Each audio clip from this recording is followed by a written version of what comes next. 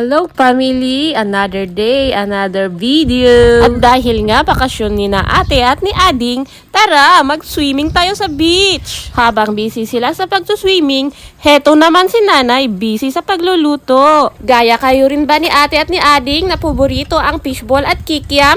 Sinong may paborito dyan ng kikiam at fishball? Comment down below! Mama, tignan mo, parang may gold. Where? The gold na. Wala naman. Ada, iskabil mo yan tikwa. Garay. Hindi man, naksutan dyan utlutukon.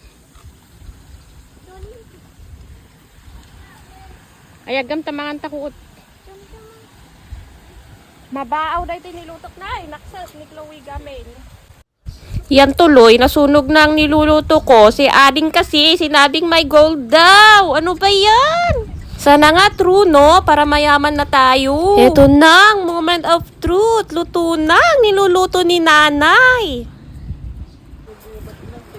Hindi na kayo, kain na. Ayan na, mga chikiting! Takbo! Bili! Excited na kasi sila na matikman ang the best na luto ni nanay. Basta luto ni nanay, the best yan! Kain na, nagpasit in na po. At ayan na si ate. First bite na niya yung luto ni nanay. Hirap palang gayahin ng voice over ni Erica Pineda, no? Pero go pa rin nanay, kaya mo yan! Oh no! Ayan tuloy, kagagaya kay Erica Pineda, nalimutan na ni nanay ang magtimpla ng juice. Ano ba yan? Buti na lang andyan si ate at si Ading, no? At sila na ang nagtimpla ng juice. Sensya na mga anak. Hayaan nyo mga anak, pag nagaya ko na si Erica Pineda, ililibre ko kayo ng burger!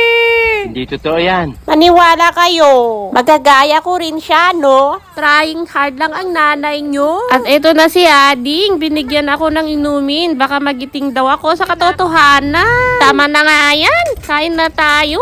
At baka tayo mabusan. Tingnan nyo, no? Yung mga kasama ko, gutom, napagod sa paglalangoy. Thumbs up daw sa sarap. Naluto ni nanay. Hanggang dyan na mga kapamilya. Hanggang sa susunod na video. Babu!